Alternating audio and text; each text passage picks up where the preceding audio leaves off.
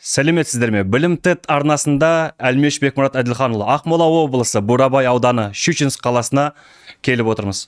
Бүгінгі Білім ТЭТ арнасында жалпы менің бүгінгі тақырыбым қазіргі физика пәнін қалай оқыту керек. Қызықты сұрақ. Қазіргі таңда тенденция дамып кетті. Қандай тенденция? Физика, математика бағыты өте қиын, қонымсыз. Қай өмірді пайдаланамыз? Қай жерде пайдаланамыз? Өмірдің қай жерінде керек ол нәрсе деген сұрақты көп адам қоюда. Мысал ретінде әлеуметтік желілерде түсініксіз жайтты көретін болса, физика мен математиканы түсінбегендігіне кінә тартады. Бірақ та түсініңіздерші, бұл жерде физика, математика ұғымы кез келген адамға сіңе бермейді. Мысал ретінде әлемдік статистика бойынша 5% оқушылар ол жаратылыстану пәндері, оның ішінде физика, математикаға бейім болады. Қалған 60% болар гуманитар бағытында болса, 35% әртүрлі мамандықтарға бейім болады екен. Біреу суретші демекші, біреу еңбекке демекші. Ендеше менің айтайын деп отырғаным, біз 5%-ға бола физика, математика бағытын оқытпаймыз. Жалпы 60% оқушы үшін, гуманитар пәніне бейім оқушылар үшін жаратылыстану пәндері қосылып отырады. Бірақ не үшін керек? Бұл сұраққа енді былай жауап бергім келеді. Енді өмірде кез келген құбылысты сандық мәнін түсінуіміз керек. Мысалы, адамның бойы аласа биік деп айтудың орнына оған рөл берейік. Яғни сантиметр деп берейік. Салмағы болатын болса, оның салмағына килограмм деген өлшем берейік. Яғни әр нәрсенің өзінің өлшемдері бар. Пішінді өлшеу арқылы біз түсінуі керекпіз.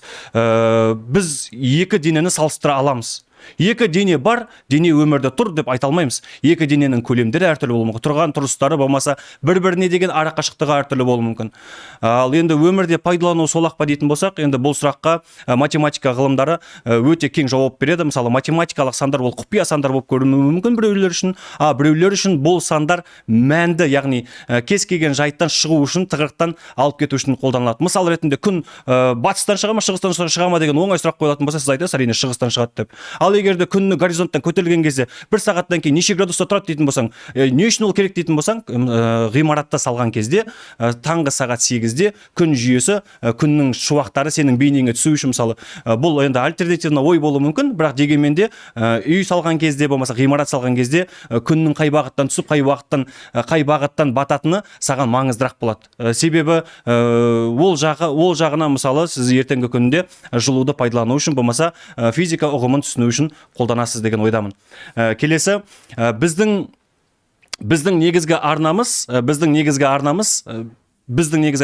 бұл енді қазіргі таңдағы физиканың негізгі аспектілерінің бірі, қандай технологиямен оқытамыз, қандай әдістерді таңдаймыз. Әдіс деген не жалпы? Физикада қандай әдістер бар? Енді менің көп әдістерді қолданып келемін, бірақ ұдайы ауыстырмауға тырысамын. Себебі балаға ұдайы тақырыпты болмаса, тақырыптан бөлек әдістерді ауыстыра берген сайын, бала ол қызығушылығын жоғалтады. Қызығушылығын арттыру үшін әртүрлі технологияларды қолданған дұрыс. Бірақ тұрақты түрде бір технологияны жоқ дегенде мезеттерге бөлген жақсы. Мысал ретінде бір тақырыпты зерттеген кезде бір технологияны қолданып, екінші тақырыпты зерттеген кезде екінші технологияны қолдансаңыз, бала үшін бұл ұтымсыз. Сіз үшін бұл ұтымды болуы мүмкін, бірақ бала үшін бұл білім ретінде қалыптасу, дағды қалыптастыру өте қиын болады. Сол себепті әр жайтта, болмаса әр тоқсанда, болмаса әр мезгілде сіз бөліңіз. Яғни технологияны пайдаланыңыз, сараптаңыз. Соңында сараптап шығарған кезде сіздің мәніңіз болуы мүмкін. Мен енді сабақта ұдайы қолданатын STEM технологиясын айтқым келеді. Бұл жерде STEM технологиясы бұл жаратылыстану пәндері болатын болса, С деген әрпіміз, инженерия болатын болса, Т деп отырғанымыз технология болатын болса, М болатын болса математика. Ендеше бұл математика бағытында мен жаратылыстану пәндерін ұдайы байланыстырып отырамын. Мысал ретінде түсінік қалыптастырайықшы. Сіз практика жасап жатырсыз, балаға мысалы атом физикасын түсіндіресіз. Атом физикасы бар, ядролық физикасы бар дейсіз. Бұл жайттан енді мен тығырықтан шығу үшін балаларға мысалы оймен айту мүмкін. Атом деген білесіздер ме? Оның ішінде нуклон мен нуклидтер бар. Атом деген білесіздер ме? Бұл деп отырғанымыз ядроның сыртында электрон айналып жүреді деп. Елестетіңдер деп шашап кетесің. Суретін көрсетсең де болады мысалы, Ал енді осы жайтта біз робототехника неге пайдаланбасқа? Мысал ретінде инженерия неге пайдаланбасқа? Математика неге пайдаланбасқа? Мысалы, егер де біз ядросын соншалықты ұлғайтатын болсақ, мысалы өзіміздің қалаған деңгейге дейін ұлғайтатын болсақ, оның сыртындағы электрон қаншаға дейін ұлғаятыны туралы математикамен есептеткізсек, мысалы салыстырмалы түрде екі рет өлшем қылсаңыз, бұл жерде пропорция арқылы бала математикаға деген қызығушылығын арттырады. Яғни менің айтайын деп отырғаным, STEM технологиясы арқылы біз әрдайым мектепте сабақ өтудеміз. Оның ішінде мысалы биология пәнін біз ұдайы байланыстырамыз. Мысалы қимылда, қозғалыста адамның температурасының артып өзгеруі, кез келген мысалы ғимаратқа кірген кезде ғимараттың аурасы адамға әсер етуі, бұл енді биологиялық тұрғыда қалай түсіндіріледі. Физикалық тұрғыда конвекцияны алып келетін болсақ, биологиялық тұрғыда адамның тәніне, жанына қалай әсер ететінін биология алып келетін болса, бұл жерде тағы біз информатиканы қоссақ та болады. Мысалы менің өз сабағымда ұдайы информатика мен математиканы қосып отқанды ұнатамын. Себебі ойлаңызшы, мысалы жаңағы айтып отқан кез келген практикалар, кез келген жаңағы эксперименттердің барлығын бала көрсе, мысалы есептесе, маған жеткілікті. Мен оның теориясын жай өзім қалыптастыра аламын. Яғни сіз де солай қалыптастыра аласыз. Ендеше STEM технологиясының негізі біз енді бұны үдетіп алып келіп отқан себебіміз, мысал ретінде қалыптастырсақ, бұл жас буын, мектепте 3 буынға бөлейікші, әлде де бөліп жүрміз ғой. Кіші буын, орта буын, жоғарғы буын, яғни бастауыштан бастаймыз. Енді әр қайсынан мысалы бір элементтер, мысалы бастауышқа апарып біз элементін берсек физиканың, орта буында тағы да апарып физиканың элементін берсек, оның ішінде жаңағыны STEM технологиясы, жаратылыстану пәндерінің әр қайсысы солай кіре беретін болса, сізге мысалы маған 7-ші класста келген жаңағы бастауыштан білімін алып келе жатқан STEM технологиясы арқылы үйренген оқушы, маған ол дайын болып келуі мүмкін. Автоматты түрде ол менің жаратылыстану пәндері екенін түсініп, автоматты түрде физика бұл ғылым екенін, физика бұл табиғатты зерттейтін ғылым екенін түсінеді. Мысал ретінде физиканы біз әдіске бөлеміз ғой. Енді біз STEM технологиясында біз бұлай бөлген жақсы көреміз. Мысал ретінде физика 3 күйден тұрады деп айтамыз, бірақ 4 күйге де бөлсек болады. Мысалы түсіндіріп өтейін. Бірінші қатты дене, екіншісі сұйық болатын болса, үшіншісі газ тәрізді болатын болса, төртіншісі плазмалық болады. Бұның барлығының қатынасы температураға алып келеді. Яғни біз температуралық қатынастарды түсіндіру үшін біз сол мезетте бір тақырыпта, бір сабақта, яғни 7-ші, 8-ші сыныпта бір сабақта температура туралы айтып қоя бермеуіміз керек. Яғни біз бастауыш буыннан айтып STEM технологиясын қолдана алсақ, сізде ол бала ары қарай дәріптеуші болып келеді. Яғни бұл пәнді қызығып қана қоймай, бұл пәнге идеясын дайындап алып келеді. Келесі, енді біз STEM технологиясы арқылы біз жаңа физиканы үйреттік. Бірақ енді бұны қайда қолданамыз? Яғни балаға қызығушылықты арттыру үшін біз STEM-ді жаңағы көмекке жаратылыстану пәндерін шақыра бермейміз ғой. Келе ғой деп мысалы, жаратылыстану пәндері, математика сен мықтысың деп, болмаса информатиканы шақыр, сенің компьютерің бар деп, биология сенде эксперименттік тапсырмалар арқылы қолдануға болады ғой деп, химия мысалы қатты байланыстамыз ғой, атом деп айта берудің орнында біз ең қолайлы, яғни біз емес, мен ең қолайлы әдістердің бірі өмірмен байланыстырғанды жақсы көрем. Мысал ретінде бала күнделікті көріп жүрген табиғи құбылыстарды қалай түсінеді? Мысалы, жақындаған әлеуметтік желілерде аспанның көк жиегіміз қызыл түске, ал қызыл түске, көк түске бояла бастады. Бір уақытта әртүрлі түстерге бояла бастады. Яғни спектр, өзіміздің көре алатын спектрдің жүйесінде әртүрлі түстерді көрді. Бұл қандай құбылыс деген сұрақтарға тән болып, ішіндегі жаңа комментарийлерді өздеріңіз жай ғана оқи қаласаңыздар, ол жерде мынандай болады. Физика оқымағандар білмейді, болмаса жаңағындай, бұл өмірде болып жатқан нәрселердің барлығын түсіндіру керекпіз. Яғни қазақ халқы оңай алып келген жоқ. Қазақ халқы да мынау қолымыздағы 4 саусақтың өзін 4 мезгілге бөліп көрді. Былай көрсететін болсам, біздің жаңағы жылымыз наурыздан басталады. Наурыз, жылымыздың басы көктемнен басталады. Көктем, жаз, күз, қыс деп алатын болсақ, осының әрқайсысын сызықтарын 4 бөлікке бөлетін болсақ, яғни 3 бөлікке болатын болсақ, мысалы біріншісі наурыз, екіншісі сәуір, үшіншісі мамыр айы болып бөлінеді, үшінші сызығы.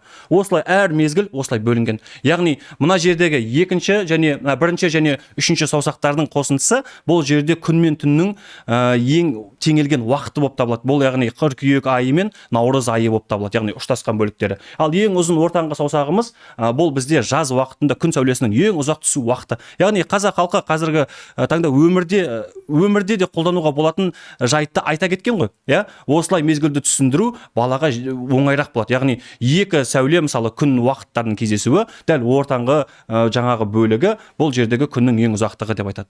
Енді одан бөлек айта берсек өте көп, мысалы оның ішінде қазақ халқының киіз үйі. киіз үй ол жатқан математика, жатқан физика оның ішінде оғының өзінің жаңағындай бір 30 градусқа дейін қайырылғандағы ол салмақты жеңіп тұрғаны, күш, егер сен күштен жеңгің келсе ұзындықтан ұтыл, егер сен күштен ұтқың келсе ұзындықтан ұт деген мәселені, яғни механиканың алтын ережесін жай ғана бір ғана оқпен-ақ дәлелдеп берді ғой.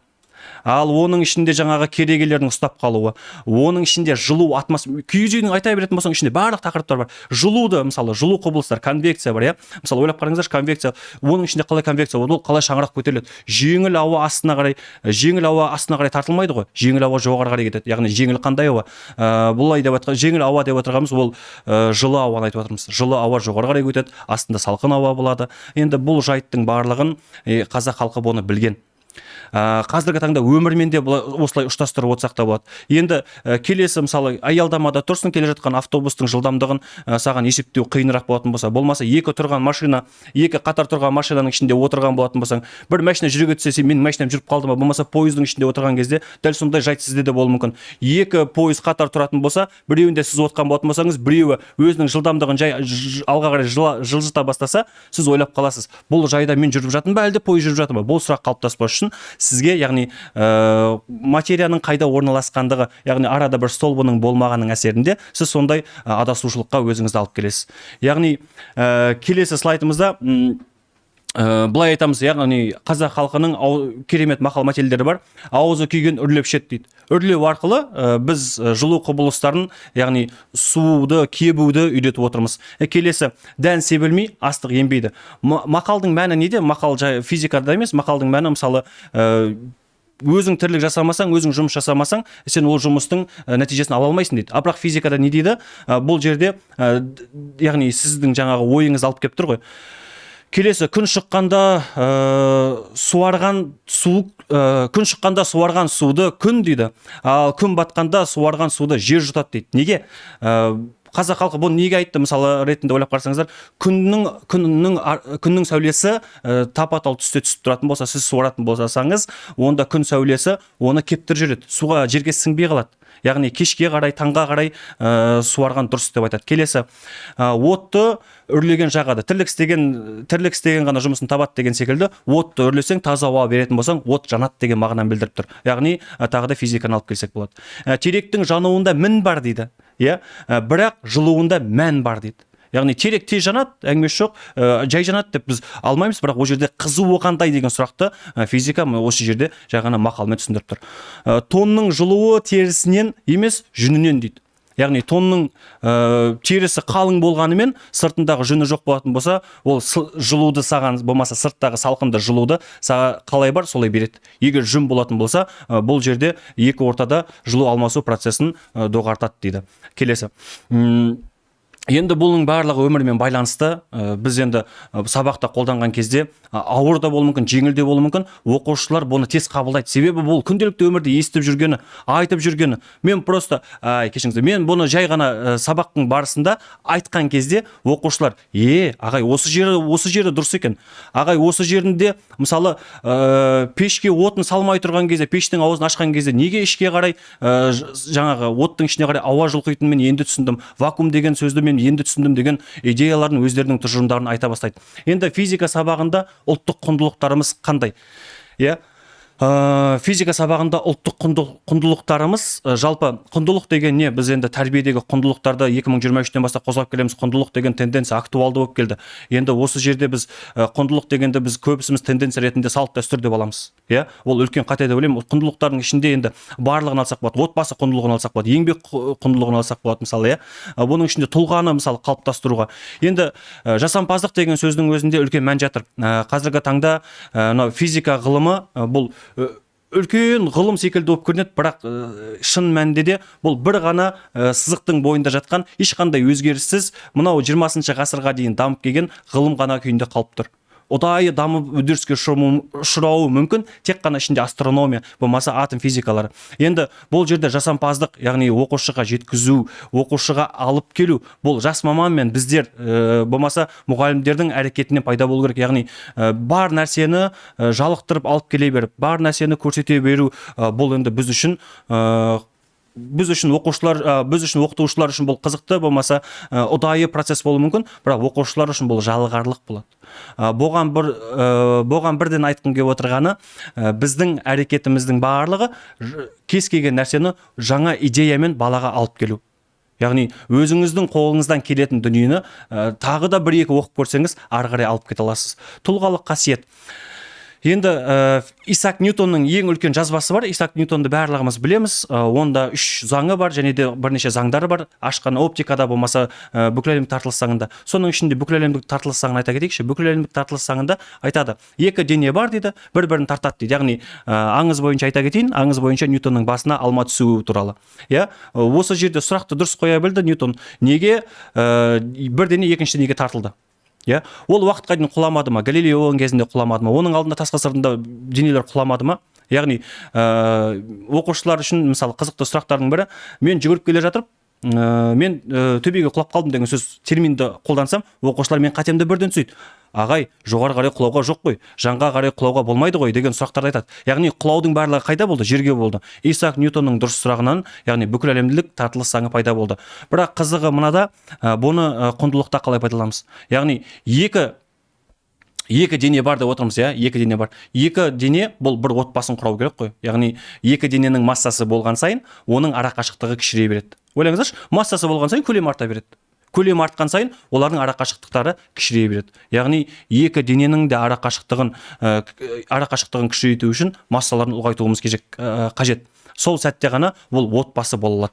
Енді отбасы құндылықтарының негізгі аспектілерінің бірі бұл енді отбасын сақтап қалу, отан болып қалыптасу. Жалпы енді бүгінгі тақырыбымда қорытындылай келетін болсақ, физика бұл жай ғана ғылым емес, физика бұл үйренетін, үйрете алатын, түсіне алатын, түсіндіре алатын ғылым. Біз өзімізге ғана тән қасиеттерді, адами қасиеттерді, тұлғалық қасиеттерді сақтап қалып, адал ұрпақтың жолында, адал еңбектің жолында біз жасампаздықтың арқасында физиканы әсерлеп алып келу керекпіз. Мен осы жайтта қызмет етемін, осы жайтта оқушыларымның алдында мұғалімдік дәрежемді сақтап өтемін. Сіздерге сәттілік, назарларыңызға рахмет.